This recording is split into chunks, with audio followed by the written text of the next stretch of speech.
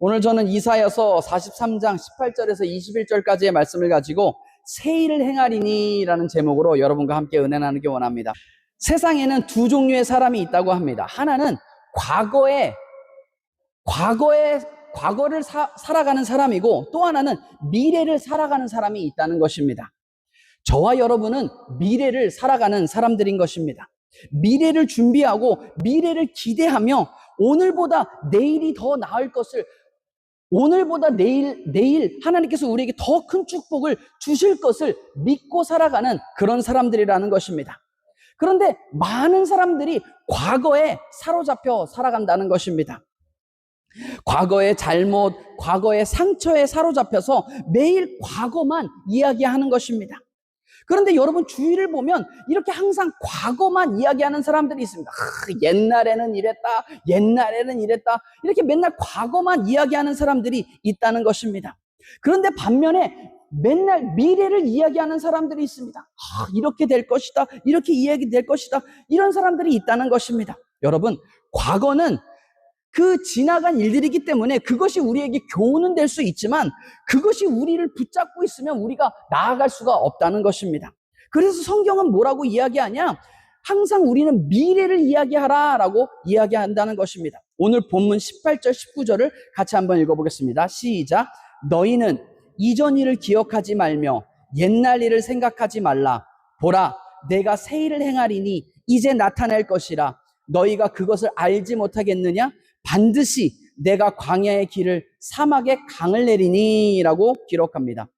성경에서 하나님은 뭐라고 그러시냐? 이전 일을 기억하지 말고 옛날 일을 생각하지도 말라 라고 말씀하신다는 것입니다. 하나님께서 우리의 삶 가운데 새 일을 행하실 테니까 너희는 미래를 바라보고 미래를 이야기하라 라는 것입니다. 하나님께서 뭐라고 그러시냐? 광야의 길을 만드시고 사막의 강을 내신다 약속하셨다는 것입니다. 여러분, 우리 주님께서는 우리가 과거에 사로잡혀 있기를 원치 않으십니다. 주님께서는 과거보다 미래에 더 관심이 많으시다는 것입니다. 왜냐하면 하나님께서 우리의 삶을 통해 이루고자 하시는 그 일들이 있다는 것입니다. 그래서 그 일들을 이루기를 원하신다는 것입니다. 오늘 본문은 이사야가 이스라엘 백성들을 향해 그들의 역사 가운데 가장 위태로운 그때에 기록한 말씀인 것입니다. 바벨론이 침략하여서 예루살렘 성전이 완전히 무너지고 사실상 다윗의 왕조는 끊어졌습니다. 그리고 많은 사람들이 포로로 끌려갔다는 것입니다. 하나님께서 그들에게 주신 그 약속의 땅을 빼앗겨버리고 성전은 파괴되고 다윗의 왕조는 가시적으로 끊겨버리고 또한 바벨론이 쳐들어와서 그들을 막 포로로 끌고 가고 그 하나님을 막 그들이 섬기는 그 하나님을 비웃습니다. 니네 하나님 도대체 어딨냐? 막 그러면서 비웃는 겁니다. 그리고 그들을 막 굴복시키고 조롱했다는 것입니다. 이게 얼마나 처참하고 암울한 시기입니까? 이러한 시기에 이스라엘 백성들의 태도는 어땠냐? 이스라엘 백성들은 여전히 과거에 사로잡혀 있었다는 것입니다. 옛날 하나님이 자신들을 그 애굽에서 그냥 막 10가지 재앙을 내리시고 막 홍해를 확 갈라주셔서 자기들이 마른 땅을 건너고 그 하나님의 그 구원하심을 경험한 자기들, 그 승리를 맛본 자기들, 그래서 하나님이 자기들을 너무나 사랑하셔서 그 약속의 땅, 젖과 꿀이 흐르는 가나안 땅을 그들에게 허락하셔서 그들이 그 땅을 정복하고 그 땅에서 정말 풍요롭게 살아가는 그 땅을 그리워하고 있었다는 겁니다. 우리가 옛날엔 그랬는데 정말 그러면서 그 땅에서 하나님께서 약속을 주신 게 뭐냐? 솔로몬이 거기서 큰 아주 아름다운 성전을 짓는데 하나님이 약속하시죠. 내가 언제나 이 성전에 내 임재가 머물게 하겠다 약속해 주십니다. 그래서 그 성전은 거의 이스라엘 사람들의 상징이죠, 상징. 그런데 그 성전이 바벨론이 쳐들어서 다 무너지니까 그 성전을 너무너무 그리워하는 겁니다. 옛날 그 가나안 땅을 그리워하고 성전을 그리워하는 것입니다. 그렇게 과거에 사로잡혀서 사는 그들에게 하나님께서 오늘 본문의 말씀을 해주셨다는 것입니다. 그러면서 뭐라고 그러시냐? 보라, 내가 새 일을 행하리니 이제 나타날 것이라 라고 말씀해 주셨다는 것입니다. 여러분, 우리 주님께서 지금도 우리에게 동일하게 말씀해 주신다는 것입니다. 보라, 내가 새 일을 행하리니 이제 나타낼 것이라 말씀해 주시는 것입니다. 여러분, 이걸 믿으십니까? 우리 믿는 사람은 과거에 사로잡혀 과거의 일들을 한탄하며 사는 사람들이 아니라 미래의 일들을 이야기하고 미래의 일들을 바라보며 사는 사람들이라는 것입니다. 그런데 하나님께서 새 일을 행하기 위해서 우리에게 요구하시는 것이 한 가지 있다는 것입니다. 그게 무엇이냐? 우리의 초점을 바꿔야 한다는 것입니다. 여러분, 우리가 카메라를 찍을 때 그 카메라가 아무리 좋고 비싼 카메라라 할지라도, 아무리 좋은 렌즈를 끼웠다 할지라도 초점이 맞지 않으면 그냥 그 사진이 뭔지를, 형체를 알아볼 수가 없는 것입니다. 옛날 국민학교 때 이렇게 수학여행 가면은 가끔씩 이렇게 우리가 항상 단체 사진을 찍잖아요. 반끼리 모여서 이렇게 단체 사진을 찍습니다. 그 찍어서 이렇게 받아보는데, 아니, 우리 반 사진만 이게 이상해. 뒤에 있는 나무나 이 배경은 선명하게 나오는데 사람 얼굴이 다 뿌옇게 누가 누군지 알아볼 수가 없게 나오는 겁니다. 이런 거 저만 경험했나요? 이런 경험 없으셔요? 저만 이거 국민학교 나와서 그런가요? 그런 게 없다는 겁니다. 여러분, 물론 제가 시골에 살았지만, 시골에 살아서 무슨 우리 사진사님이 시골 분이라 가지고 그 카메라 싼 거 사서 그런 게 아니라는 겁니다. 아무리 비싼 카메라, 좋은 카메라가 있더라도 그 초점이 맞지 않으면 사진을 버려버린다는 것입니다. 아무것도 소용이 없게 된다는 것입니다. 어느 목사님이 중국에 단기 선교를 가셨다고 합니다. 그래서 그 목사님을 픽업하러 온 집사님이 나오셨어요. 그래서 그 목사님을 이제 공항에서 호텔로 픽업을 하는 겁니다. 그래서 공항에서 호텔로 이동을 하는 중에 목사님이 이렇게 주위를 둘러보시는 거죠. 왜 단기 선교 가면 다 신기하잖아요, 사실. 그 줄로를 둘러보는 겁니다.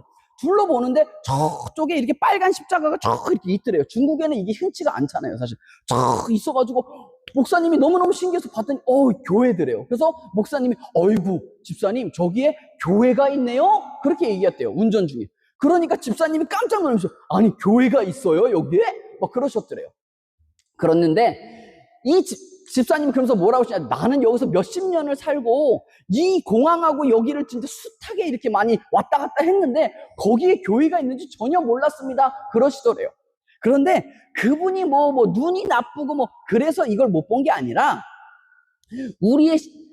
그 목사님은 아무래도 담임 목사님이시기 때문에 그 관심이 교회나 이런 십자가에 가 있는 겁니다. 그렇기 때문에 주위를 보면서 십자가에 있는 게 너무너무 신기한 거예요. 그래서 아이고 집사님 저기에 십자가가 있네요 라고 말씀하신 거였습니다. 근데 이 집사님은 자기의 관심이 교회가 아니기 때문에 맨날 왔다가 몇십 년을 살면서 맨날 왔다 갔다 하는 길이라 할지라도 그 십자가가 눈에 들어오지 않았던 것입니다.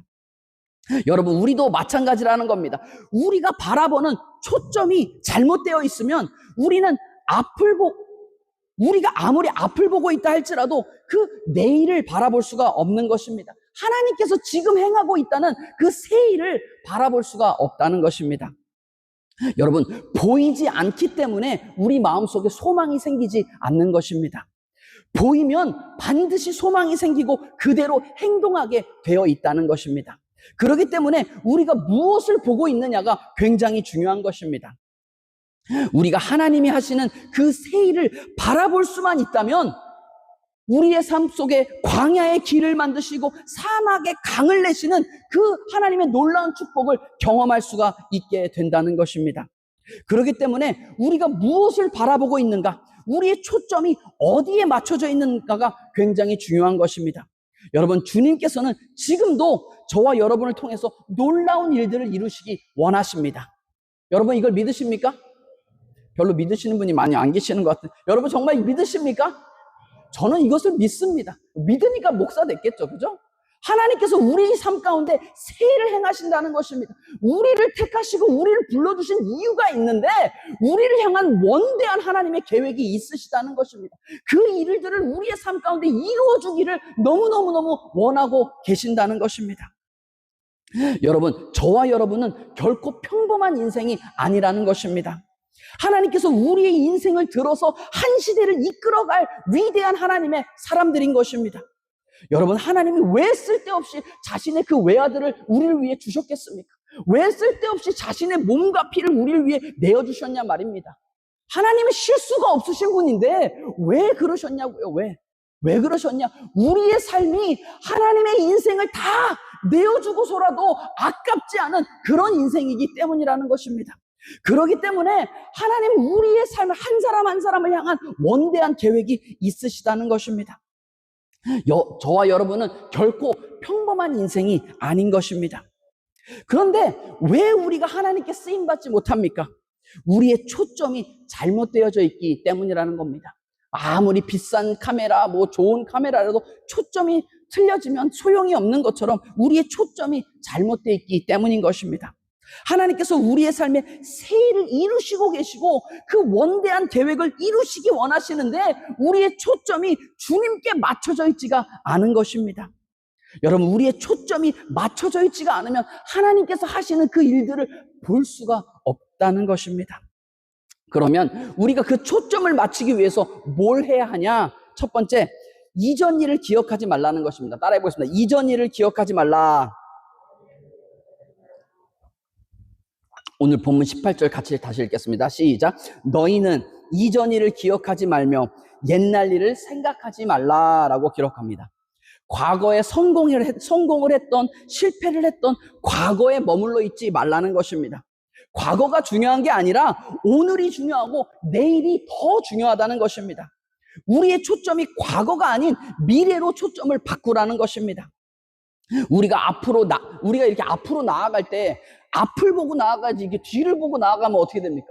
앞으로 제대로 똑바로 걸을 수도 없고 걷다가 넘어져 버리게 되는 겁니다. 똑같은 겁니다. 우리가 앞을 보고 나아갈 때 앞을 보고 나아가지 딴 데를 쳐다보고 나아가면 넘어지게 된다는 것입니다. 그렇기 때문에 하나님께서 우리에게 이전 일을 기억하지 말고 옛날 일을 생각하지도 말라라고 말씀하셨다는 것입니다.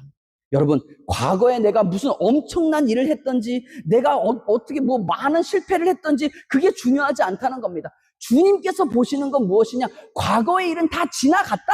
잊어버려라 라고 말씀하신다는 것입니다. 고린도후서 15장 17절은 이렇게 기록합니다. 같이 읽겠습니다. 시작. 그런즉 누구든지 그리스도 안에 있으면 새로운 피조물이라. 이전 것은 지나갔으니 보라 새 것이 되었도다 라고 말씀합니다. 주님이 성경에서 누누이 얘기하시는 게 뭐냐? 과거를 바라보지 말고 앞을 보고 나아가라 라는 것입니다. 이스라엘 백성이 애굽을 탈출하죠. 애굽을 출애굽합니다. 무려 400년이 넘게 거기서 노예로 살다가 하나님께서 인도하셔서 드디어 약속의 땅 가나안으로 들어가게 되었다는 것입니다. 그런데 애굽에서 탈출해서 이제 홍해 바다를 건너서 거기서부터 그 약속의 땅 가나안 땅까지 들어가는데 그냥 걸어서 11일만 걸면은 들어갈 수 있는 그런 거리입니다. 그런데 그 가까운 거리를 금방 이들이 11일이면 그냥 아무리 여자하고 애들이 있다고 해서 한 달이면은 그냥 충분히 들어갈 수 있는 거리를 이들이 그 짧은 시간 내에 못 들어가고 40년의 세월이 걸렸다는 겁니다. 왜 그러냐? 이들은 여전히 과거에 사로잡혀 있었습니다. 과거의 습관에 사로잡혀 있었다는 것입니다. 그러면서 그 길을 그냥 11일 동안, 그냥 한 달 동안 그 길을 가는데 계속 뭐라고 하냐.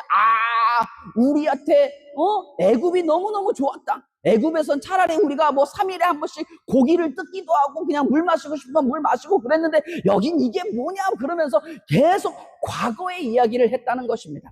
그러니까 어떻게 됩니까? 이들이 거기를 약속의 땅을 앞을 보지 못하니까 하나님께서 하고 있는 그 세일을 바라볼 수가 없는 겁니다. 그래서 그 하나님께서 예비하신 그 땅에 들어갈 수가 없었다는 겁니다. 그래서 이들이 계속 그 과거에 사로잡힌 삶을 계속 살다가 어떻게 됐냐? 결국 40년이 지나서야 그 땅을 갈 수 있게 되었습니다. 그런데 그 중에 딱 두 명만이 정말 그 하나님께서 하시는 그 세일을 바라봤다는 겁니다. 그게 누구냐? 갈렙과 여호수아였습니다.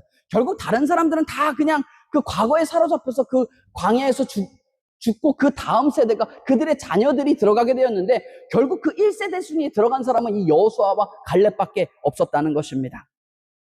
많은 사람들은 문제 속에 갇혀서 자신이 억울하고 부당하다고 생각합니다. 내가 왜 이렇게 태어나서 왜 이 고생을 하고 있냐고 과거와 상처와 실패에 매여 있다는 것입니다. 나와 함께 하시는 주님을 바라볼 때 눈앞에 초자연적인 그 축복이 우리를 기다리고 있는데 그들은 여전히 그 옛 생각에 묶여서 그 축복의 땅에 들어가지 못했다는 것입니다. 여러분, 사탄이 우리를 공격하는 방법 중에 하나가 바로 우리를 과거에 묶어두는 것입니다.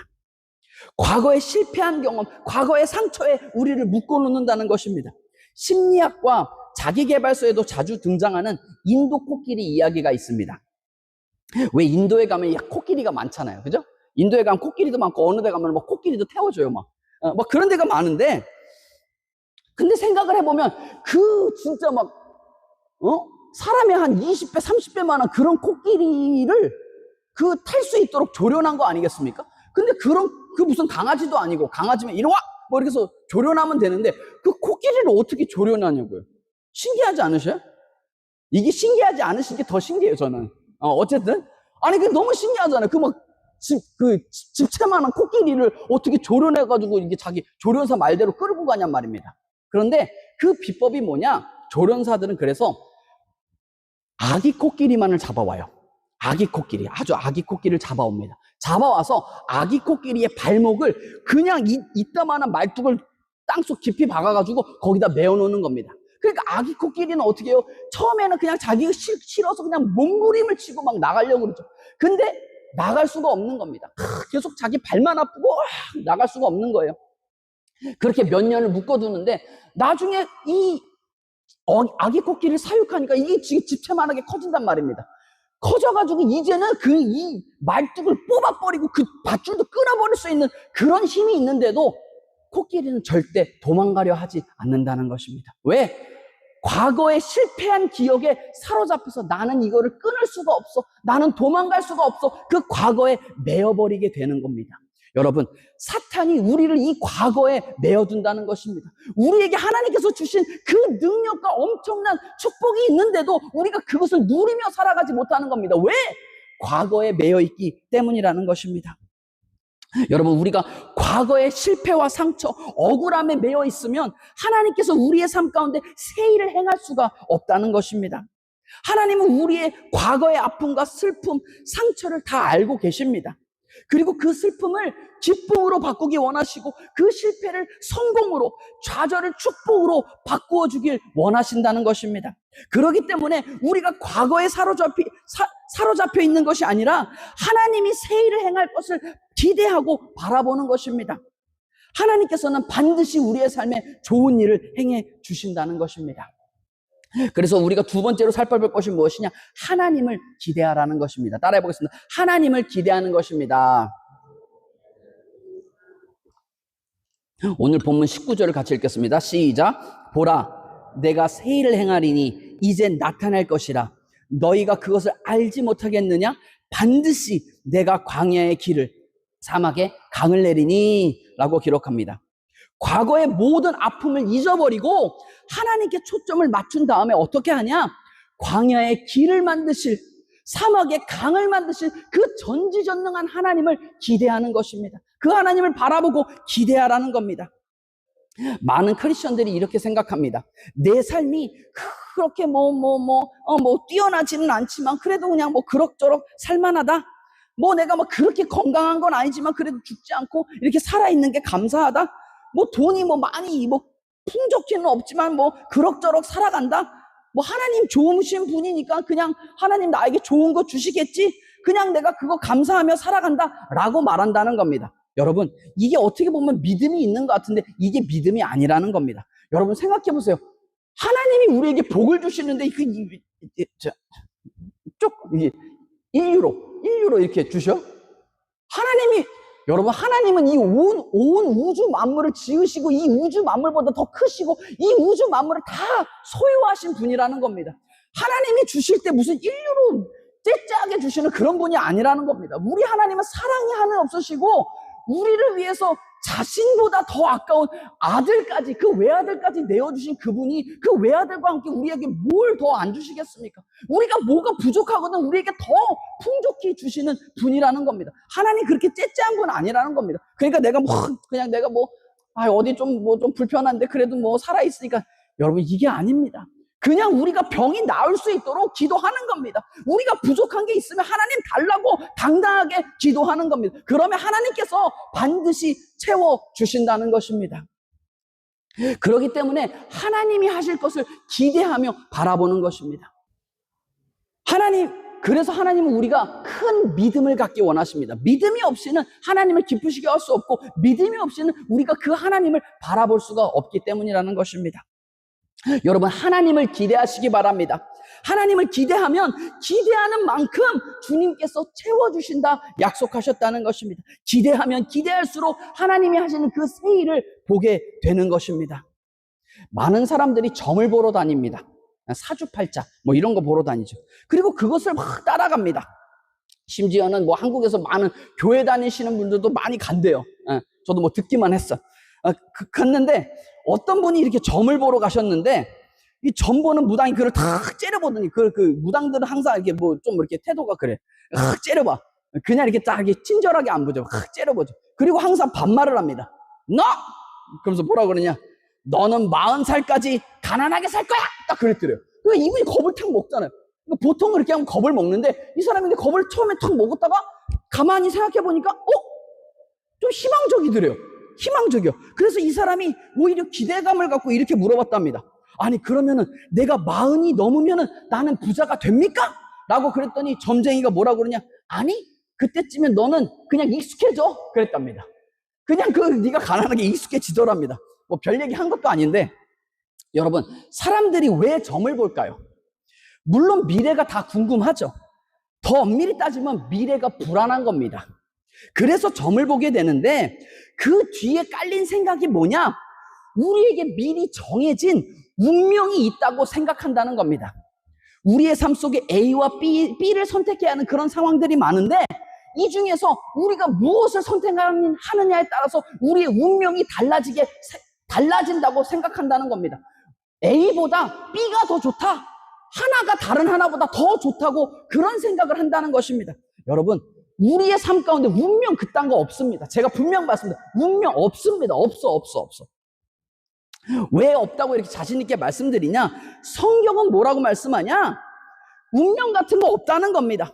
성경은 뭐라고 말씀하냐? 내가 왼쪽으로 가든 오른쪽으로 가든 그게 상관없다라고 말씀한다는 겁니다. 내가 A를 선택하든 B를 선택하든 상관없다는 겁니다. 우리의 초점이 하나님께 딱 잡혀 있기만 하면 하나님께서 우리의 운명을 책임져 주시고 우리의 삶을 인도해 주신다. 성경은 기록한다는 것입니다. 신명기 28장 2절, 3절, 6절을 같이 읽겠습니다. 시작. 내가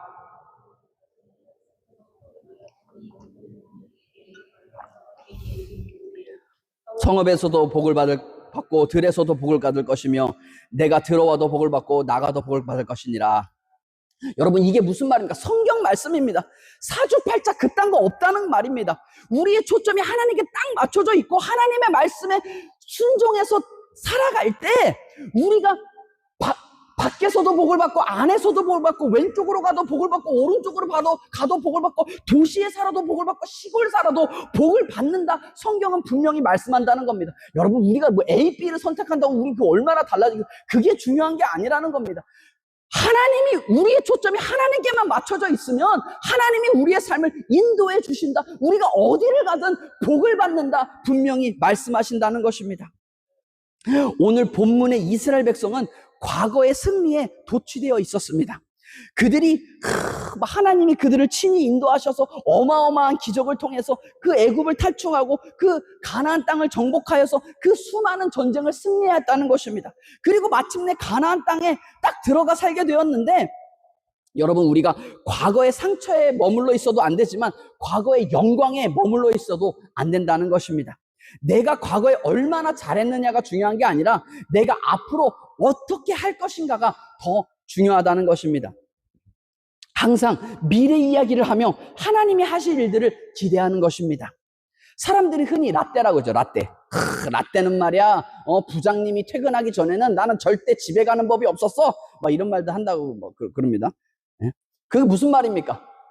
자기는 젊었을 때 이 회사를 위해서 더 헌신했다. 뭐 이런 얘기 아니겠습니까? 너는 왜 그렇게 하냐? 뭐 이런 말이죠. 가끔씩 저도 어떻게 보면 굉장히 꼰대예요, 꼰대. 그래서 그 꼰대 같은 말이 엄청 많이 나옵니다. 그래서 절제, 눌러야 돼. 막 그러는데, 그냥 막 보면서, 나 때는 말이야, 목사님이 말씀하시면은, 그게 하나님 말씀인 줄 알고서는 내가 그냥 막 순종했어. 그 말이 제가 그렇게 말을 하지 않고, 그 말이 여기까지 나오는데 하지 않는다는 겁니다. 근데 그 말이 막 나와요. 요즘 막 MG 다 그 꼰대 싫어하잖아요? 근데 요즘 그러더라고요. MG라는 말 하는 순간 꼰대래요. MG라고 말하는 사람 다 꼰대래. 어쨌든. 그래서 저도 항상 기도합니다. 주님, 꼰대가 되지 않게 해주시옵소서. 우리가 이 말을 정말 지혜롭게 잘해서 정말 주님의 영광 드러내는 삶을 살아가게 하라고 저도 기도한다는 겁니다. 그런데 여러분, 우리가 이렇게 과거의 영광에 사로잡혀 있으면 어떤 일이 벌어지냐?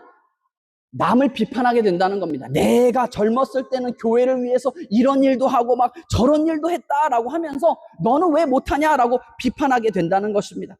과거의 영광에, 과거의 승리에 머물러 있으면 하나님이 지금 행하시는 위대한 일들을 또 볼 수가 없는 것입니다.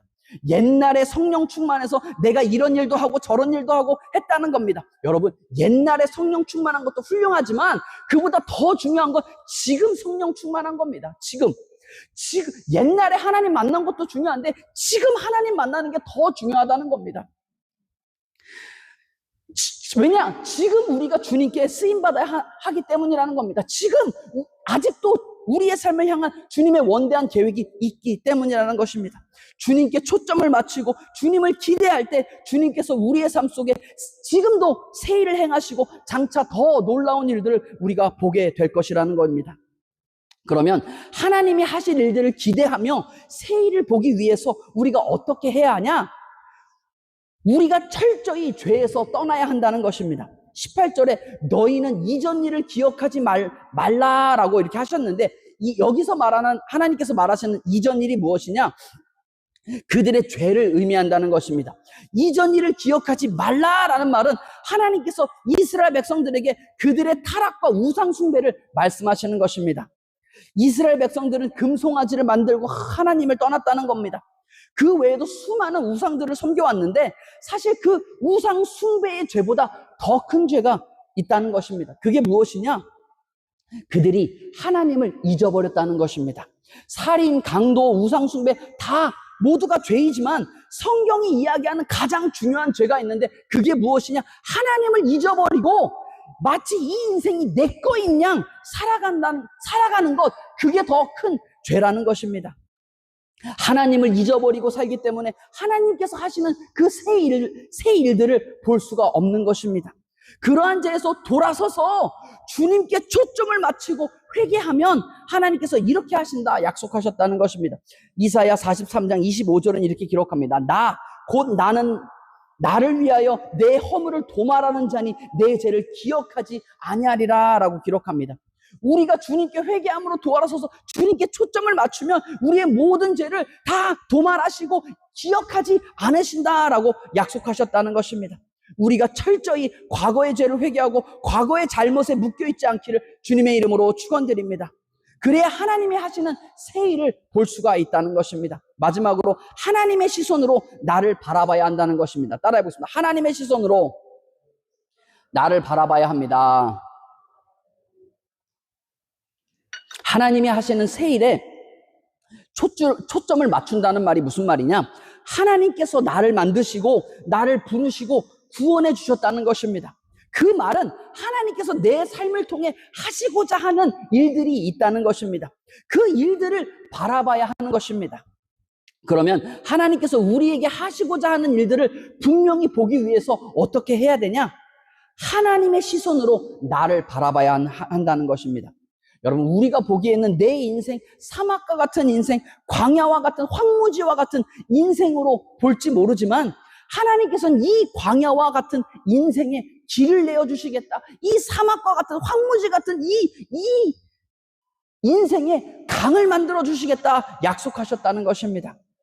여러분, 저와 여러분은 하나님의 사랑받는 자녀입니다. 하나님께서 자신의 목숨을